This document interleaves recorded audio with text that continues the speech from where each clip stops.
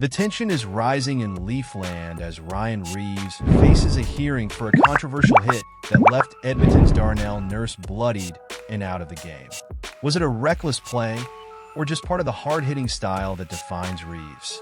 As we sift through this latest development, you won't want to miss our breakdown of the impact this could have on the Maple Leaf season. Make sure to subscribe and hit that like button to stay in the loop on all things Maple Leafs.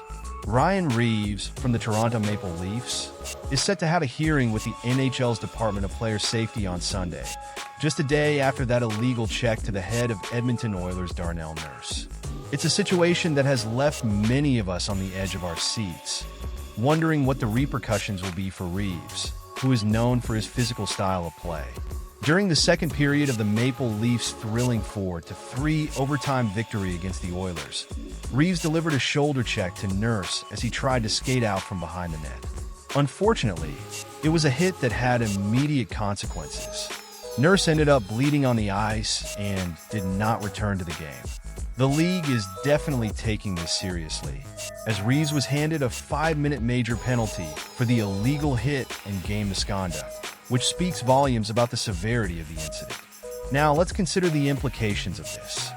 Reaves, who is 37 years old, has a history. He's been suspended 3 times in his NHL career.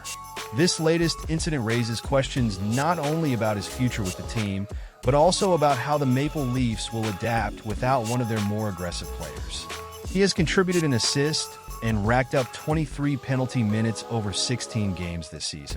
Yes, his presence on the ice can be a deterrent for opposing players, but at what cost? Then we look at his career statistics. 136 points from 63 goals and 73 assists, paired with an astonishing 1,095 penalty minutes over 893 games with 6 different teams. This is a player who has carved out a niche for himself in the league, but I can't help but wonder if this type of play is sustainable moving forward, especially for a team like the Maple Leafs, who are trying to make a serious playoff push. You know, it's a delicate balancing act. On one hand, you want a physical presence in your lineup, especially in a league where hitting is still a fundamental part of the game. On the other hand, with the way the NHL is cracking down on headshots and player safety, it makes you question whether Reaves' style of play is becoming a liability. I mean, do you think this was the best decision for the team? I'm honestly torn here. As we move forward, this situation is certainly going to impact the Maple Leafs' chances. If Reaves faces a lengthy suspension, the team will have to find a way to adjust without his physicality. They could look to their younger players to step up, but can they bring that same level of grit? That's a big question mark. And let's not forget about the emotional aspect of this. Fans invest so much into their teams, and watching a player like Reaves, who's known for his toughness, potentially being sidelined can be frustrating. It's not just about the wins and losses. It's about the heart and soul of the team. So, what are your thoughts on this whole situation? Are you worried about how this will affect our chances this season? Or do you think the team can rally and overcome the absence of a player like Reaves? I genuinely want to hear your opinions on this in the comments below. The Toronto Maple Leafs are riding high after winning 5 of their last 6 games, but there's an unsettling issue brewing within the roster that we need to address.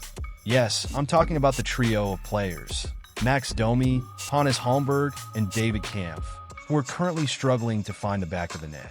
It's a bit ironic, considering the Leafs have historically been a team that can score at will, especially with stars like Austin Matthews and William Nylander lighting it up.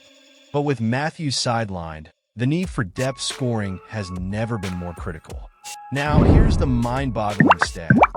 According to Kevin Petty from The Athletic, Domi, Holmberg, and Kampf are among just 9 players in the NHL who have played 200 minutes or more this season without scoring a single goal.